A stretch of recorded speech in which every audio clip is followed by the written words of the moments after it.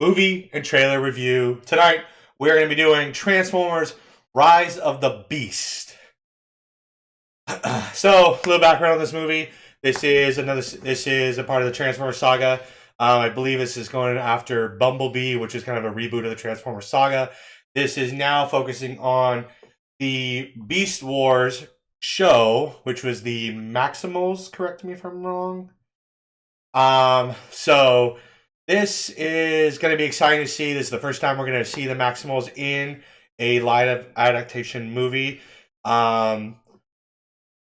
Little background: Kelly and I love Transformers. Yep. Kelly was a big Transformers fan with the G1 saga, the cartoon, and everything like that. And he also liked a lot of the other shows too, like for me, like when it came to the shows, I didn't watch too many of them. It was pretty much the original G1 and then the Armada and Energon. Energon, yeah. Those two. I really enjoyed those ones. I didn't watch I think it was Prime. I watched some of Beast Wars. Like I think I got halfway through that season, but I never got to see the end of it. I was originally the original Beast Wars. I was a big fan of growing up, especially of Cheetor and everything like that. And I'm a big fan of the Transformers movies as a whole. I think they've done really well. There's some that are better than others. Obviously, you get those in those movies. But I like what they've done with the reboot with Bumblebee, kind of going back to what Transformers was and everything like that. So without further ado, everyone, we're going to do the same thing we did with the Super Mario Brother one. We're going to play the trailer, and then we're going to go back afterwards, give our point of view and everything like that. So for those who have not seen it, here is Transformers Rise of the Beast.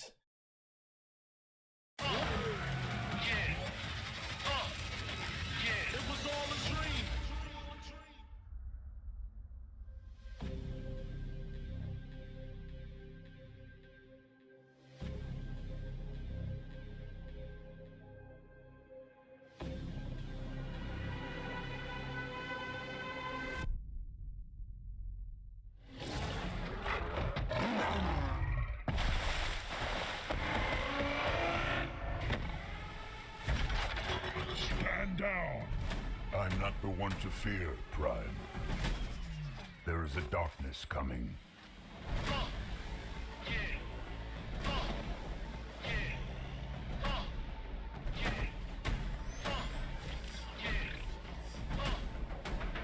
It was all a dream.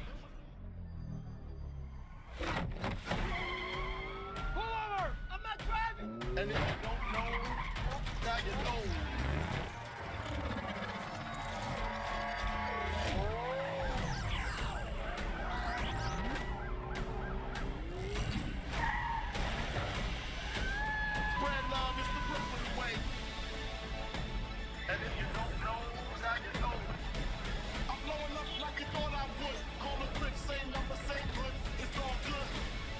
Of all the threats, from both your past and future, you've never faced anything like this. Let them come.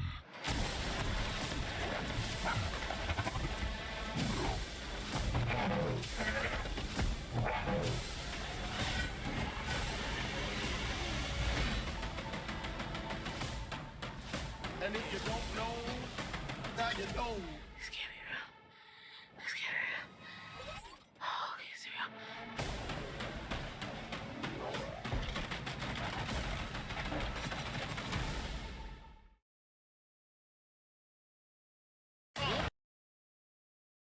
All right, so there you have it. So now we're going to talk about, as we did in the first one, going to play through, stop at some scenes, and talk on it. I'm actually going to already start off. It's funny because right away, as soon as I saw this, especially when I saw how small it was and the little fender in the back, I knew immediately this had to be Jazz. If I'm wrong, correct me, but it looked like Jazz right away, so obviously he is back. If that is the case, because later on it does say Porsche on the side, and Jazz was a Porsche. Mm-hmm. Yep, and that was in Transformers 1, the Michael Bay movie. He was a Porsche and everything like that. Even in the G1 series as well. So good to see that right here. We have no idea who this guy is, by the way. Obviously, the human characters are definitely going to be new compared to what we've seen before. No more Mark Wahlberg, no more Shia LaBeouf. Haley Steinfeld is not going to be back in this movie. It sounds like. They moved on from them. Yeah, which is kind of nice because again, this is more about Transformers, so we'll continue to see more and more people and everything like that. They really start us off big with showing us Optimus Primal, leader of the Maximals. Just again, detail looks really good. The one thing about this series that they've done away from the Michael Bay ones is that they're more details solidifying of the armor of the Transformers, whereas Michael Bay's was a lot very lumpy, very more mechanical, not as a enhanced alien race. Right, exactly. So definitely we have probably the same guy, and then we have no idea who this girl is yet, if it's sister, girlfriend, wife, Or just a kid. or just some random 'Cause she looks kid young. that's been stalking him and followed him. But here's our first indication of the Maximals in the woods, obviously. Yep. One thing I want to bring up later, and because I want to ask you, but I'm going to ask this later. So remember what I want to ask you later. Probably not, but we'll see. This is a detail I really like, is that Optimus Prime, this is what I was talking about, what they did with Bumblebee. They went back to G1. So this is obviously G1 Optimus Prime. And as you will see in a second later, we have the voice of Peter Cullen back, who is Optimus Prime. Amazing. There's no one that does the voice better than him. This is the details I really like. I really like that they modernized the G1 to what they would look like now. But again, it's not clumpy. It's not, as you would see a robot, whereas this is a mechanical alien race. Well, first of all, what they did with Optimus Prime, as you're watching the trailer, Optimus Prime is a Peterbilt truck. He is not a Mack truck like they did in the Michael Bay one. Right. Which I believe that, actually, no, I'm sorry, Freightliner. Freightliner. He's a Freightliner. I believe he's a Freightliner. I'm sorry if I screw up my semi-truck terminology here. But you better get their truck right there, boy. Tell you what. Actually, I want to say it's Freightliner because they have the more curved one where the Mack trucks have more of a rectangular square hood. So yeah, Peterbilts are totally flat on the front. Yeah, so he was a Freightliner. Well, no, he was probably a Mack truck in the first Transformers movie because he had that squarish front, and then I'd have to look again. And then I'm pretty sure if we looked it up, it'll even say like what he is. But traditionally, when Optimus Prime first started, he was a Peterbilt. Yeah, and that's a really cool thing too. Again, just the details, actual details. I mean, right here you can see what they have with the traditional sides here, the shape here, right here. The blue eyes, obviously, he never did have he never had a mouth. He always had this face shield right here, which is great. I love that he is not completely red and blue. I like how there's a bit of the gray or blackish, you could say, from machine parts showing here and there. I do like that. You even got the chrome stacks here as well. Correct me if I'm wrong. G1, he was red. His legs were blue, but they would be considered pretty much almost boot-like things. So pretty much his top of his head, as you saw there, is blue, which is pretty much a helmet. Then his face is gray, body is red and white. Midsection is white, and then legs are blue. Also, hands are blue, arms are red. Yeah. So it features like where the legs are blue and his hands are that. It's almost like boots and gloves. Right. Exactly. So, exactly. With the white underwear showing. This is a really great detail. Obviously, here you have the logo of the Transformers, the Maximals here. You have overall just a fine detail. Again, it's not clumpy. It's resembling of that gorilla that Optimus Primal was in the show. One thing I do want to point out: the green eyes. Are they green in the show, or were they just traditional? They were traditional eyes in the show. I think unless you transformed. Well, I think the big thing about Transformers that they've done in all these live adaptation movies is that based on the eyes is how you can tell the difference of the Transformer themselves. So most Autobots are blue eyes. Most Decepticons were more purplish or red eyes. Oh, okay. And I think so when we see these guys with green, I think that's going to mean that they are Maximals, animal, Predacons and stuff like that. Yep. So, again, I really like the detail of this, the animation, the CGI of this makes me really excited. I'm not the one to fear, Prime. Pause it. So right there, and he pointed this out, Peter Cullen as Optimus Prime, but it does not sound like he is Optimus Primal. No. So either it is Peter Cullen with a tweaked voice changer, or somebody else is playing Optimus Primal. I think it's someone else, which is kind of cool. It's just kind of cool. That way you can kind of always tell the difference. Because I think I think the biggest thing is to make Primal and Prime obviously different. Because, yes, in the shows, they're pretty much the same person. But here, if they're going to live in the universe, they should be a little bit different people. And to me, I think it's rightful he just plays his original character, Optimus Prime. Right, I agree.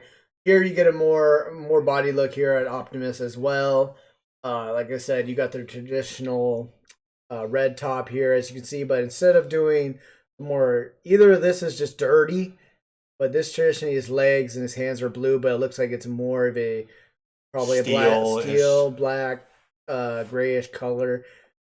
But like I said, it might just be because it's dirty and there's the quality of this video, but we'll see. I mean, I still like it. It still plays homage to what it actually is, and then got his hand cannon coming out here as well, which I believe he could do that in the Michael Bay ones as well. Nope. His arm didn't turn around into a cannon either? Nope. Okay. He actually pulled out a blaster. So he actually did what the original Optimus Prime would do, which would be actually pull out a gun. Yeah, his rifle, which we don't see here. So maybe he does not have a rifle. That would be the other thing, because that was his main weapon, was a rifle. Which is, I mean, it's fine. I mean, modernize it and everything like that to him actually having a cannon in an arm and everything like that. Kind of what you expect out of a advanced advanced life form and everything like that. I mean, be able to transform your arm and all of a sudden. Yep. It's coming.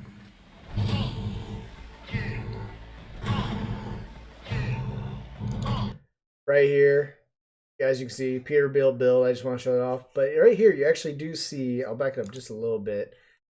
Yeah, it's for the color. You actually see the blue here on the back, which is his legs. So it actually looks like it is blue. But it might just be the lighting too. This will be the last time we talk about Optimus's look. I'm just so happy we did right. All right, here we have Bumblebee, who is still his Camaro from his original Michael Bay look, which was the Camaro, that actually same built Camaro and everything like that.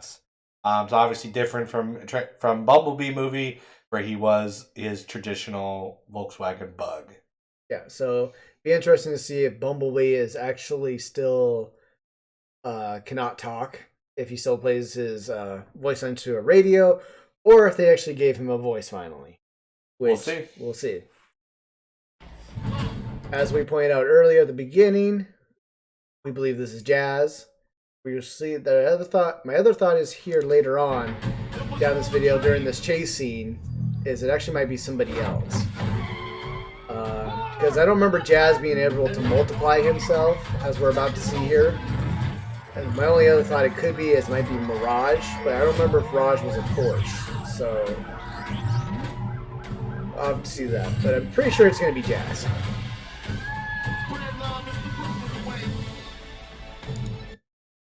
One of my favorite characters right there, Cheetor. One of the kind of most like badass characters. I love the detail of him. Obviously, kind of with his counterpart, Cheetor was always like Bumblebee, where he was a scout, he was a great soldier and second man, kind of a young up and comer, just like Bumblebee was to Optimus Prime. So I like this. I think that's a great like homage to both characters being very much alike and kind of living on that fast lane, I guess it is. So this is a really cool scene. Obviously, Bumblebee is a little bit more souped up. He's got some I was rails. just gonna point that out. It and- looks like he's got a little alternate off-road look here. Yep. So does that mean that all of a sudden they can change what they need for different terrain? now? I think so. I think they can definitely do that. So, but yeah, really cool scene. I'm excited to see this. This is again just first picture of our one of my favorite characters watching in Beast Wars. So here we have an eagle. I remember seeing what the name was, but it was something hawk, razor hawk, or Yeah, it was like Razorhawk. so. I believe this one is a maximal. Yep. I don't remember too much about this one from Beast Wars. If it came later, or... It came a little bit later. It wasn't one of the original ones. I'm not very familiar. We actually have not seen. I think we get one clip of a Predacon, but it's not. It's very quick, so we don't know which one it is. But it looks like here in this one, he's destroying this bridge, and it looks like maybe Optimus up here or somebody Yeah. is trying to run across to escape, and he's taking the bridge out so he can't. Yeah. So, I'm sorry, did you want to add anything else there? Obviously, you got a chase scene here. Can't quite tell who's falling there.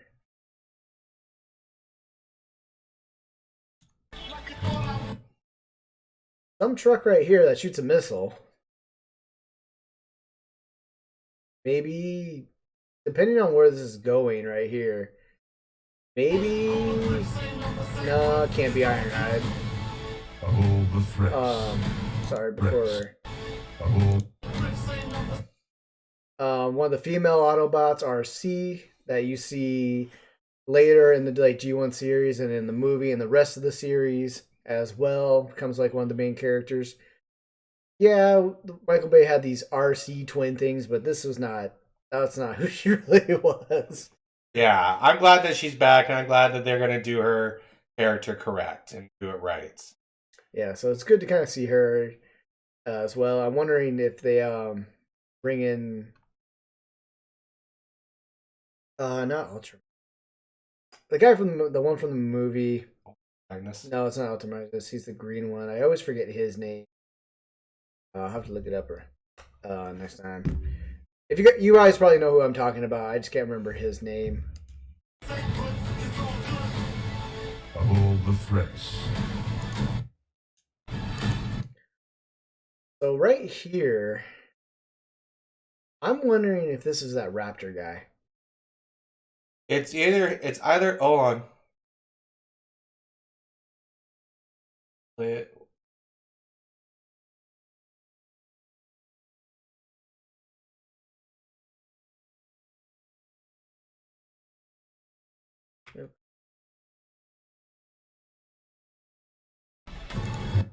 Ah, it's right there.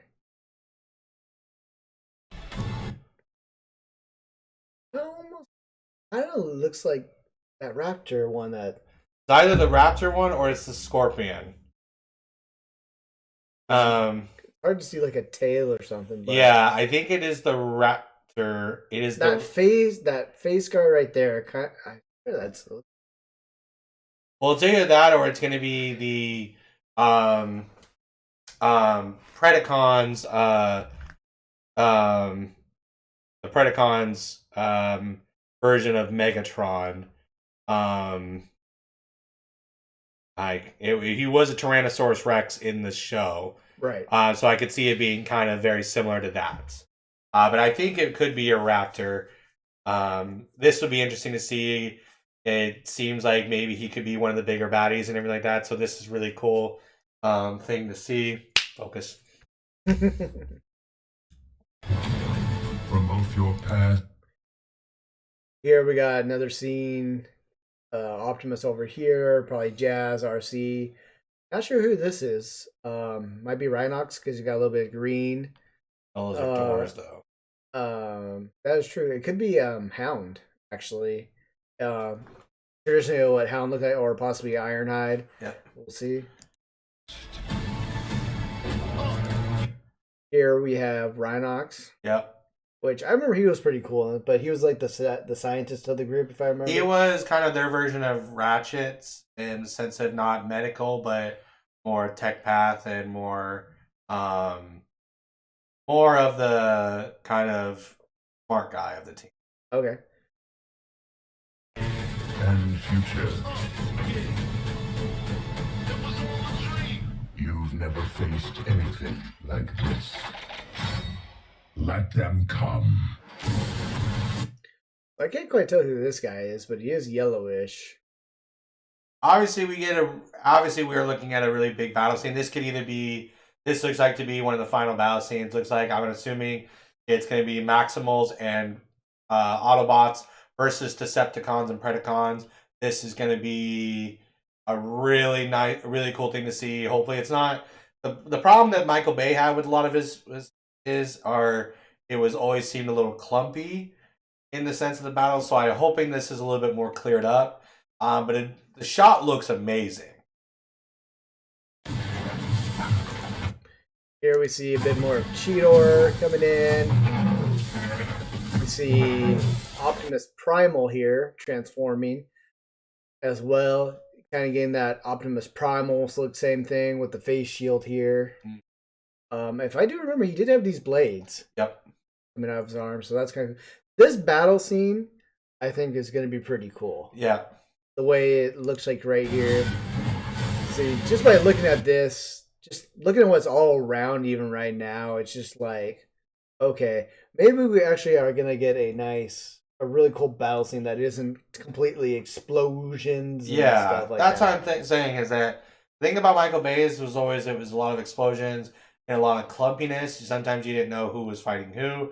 This seems a little bit more clear, so I just hope it is done right and it's, we get to see a really good battle in Transformers. So what I'm actually gonna throw out there, I think, because like Ryan's mentioned clunkiness, I think what I believe also what you mean by that too is like because they were maybe more machine, so they had that slower reactions and stuff like that.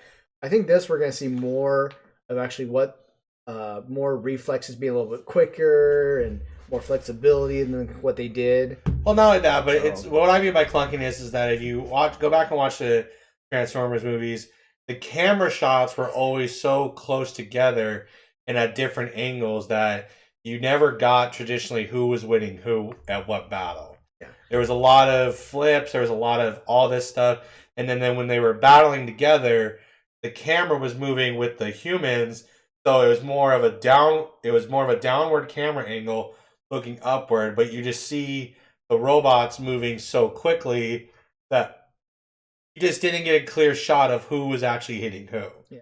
And like actually I do believe just kind of by looking at this, I think we're gonna see a bit more of these Autobots, Predacons, and all of these guys show a little bit more flexibility, more advancements in their system. Yeah. That they can actually move better, almost human-like, Yep. like they have shown before in the animated series.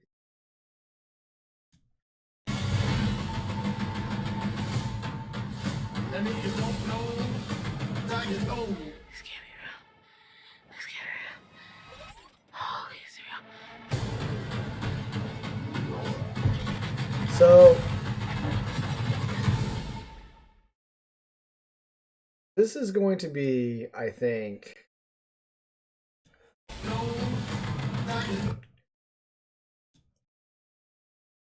so I gotta say, I think the only reason I want to see this is because they brought back some of the G1 characters, most, and Beast Wars 2 as well. Because now this is what I wanted to ask you. What I said to remind me in case I forget. So I even saw a clip of this on TikTok, and this is probably because of this. Did you watch all of Beast Wars? Do you kind of remember all? Not all of it. No, I don't. Do you remember toward the end at all? Vaguely. So there was a clip that I saw somebody show on TikTok, and it also revolves to it also compares to the Netflix show when they started up on there as well, their own series. So it shows a scene where they find the crashed ship of both the Autobots and the Decepticons from the original G1 that is in the mountainside, but the Beast, the Maximals and Predacons find the ship, but they're pretty much leave the Autobots and Decepticons to sleep until they wake up. They're kind of like protectors of like. Apparently, they think there's some kind of prophecy or something like that. But it shows, yeah, that there's a scene that I saw in Beast War. They show in Beast War where Megatron goes in and he actually attacks original Optimus Prime, like defaces him and stuff like that. And they kind of do this too in the Netflix reboot as well, where they show. I'm sorry, I'm not gonna call it reboot. I'm calling it as prequel to the G1 because technically it is, but they show where they actually do meet these characters as well, the Maximals and the Predacons as well. So it's interesting that at first you never knew about the Maximals and Predacons. You knew about the Dinobots and stuff like that, but apparently these two have met before. It's just never really met until these times, and so it is interesting to actually see them bring them together.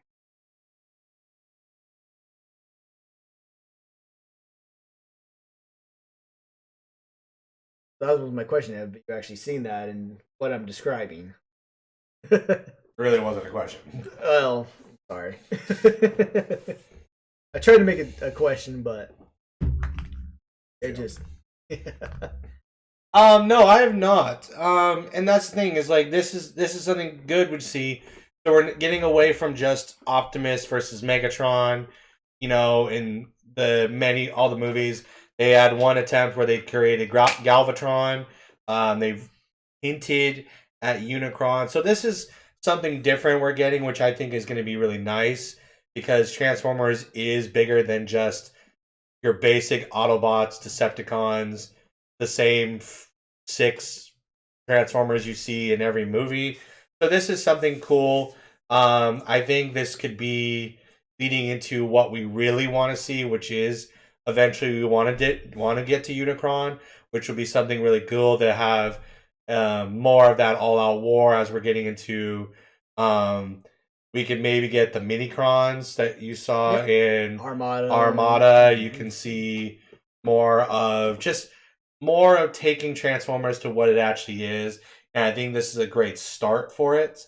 I really do think that they're showing more true to the Transformers story and fans where they're bringing in the G1, which is the original, the OG. Real fans will know more about Transformers based on that than just, always having Optimus be this souped up truck and save the day in every movie and everything like that. And Transformers always been more, and it'll be interesting to see if because this is G1, maybe does this lead into Hot Rod and Rodimus Prime storyline. We'll see as the story progresses and everything like that. But based on just this movie alone, I am excited for it because of the fact this is something new. It looks really good.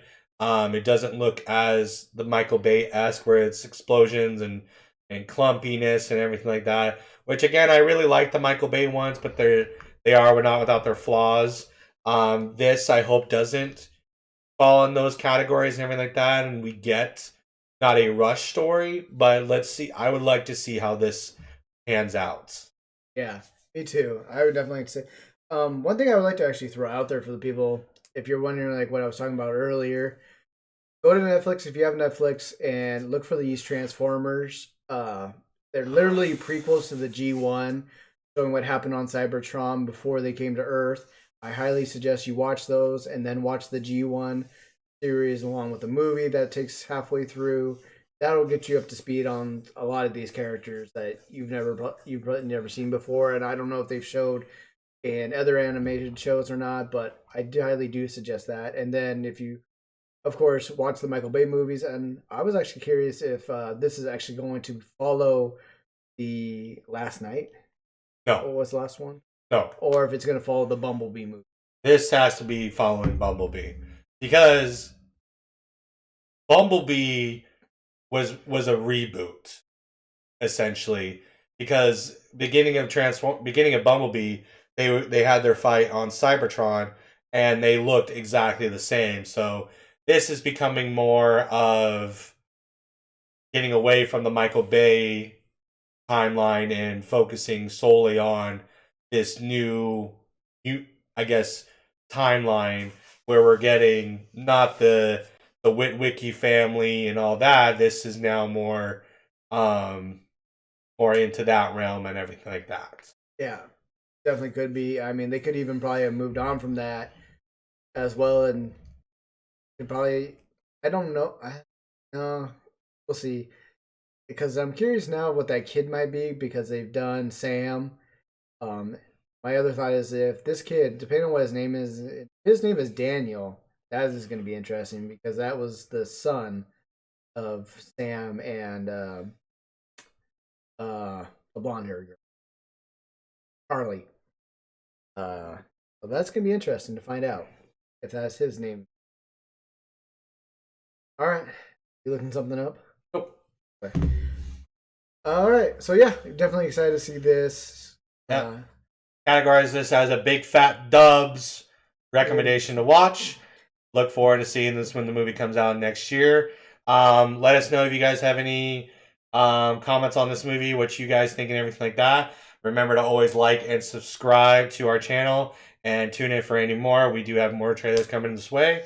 Again, thank you guys for tuning in, seeing our videos and everything like that. Let us know what you think. Let us know what movies you want us to do reviews for, and trailers and everything like that. Anything for us? Nope. Same as probably last time. Looking forward to it. I think this is going to be definitely some nostalgia again, like we were talking about in the Mario review for some people. So I'm interested to see what storyline they go here. Yep. What they're going to do here. So yeah, looking forward to it. As always, guys, thank you again. And as always, good night. See ya.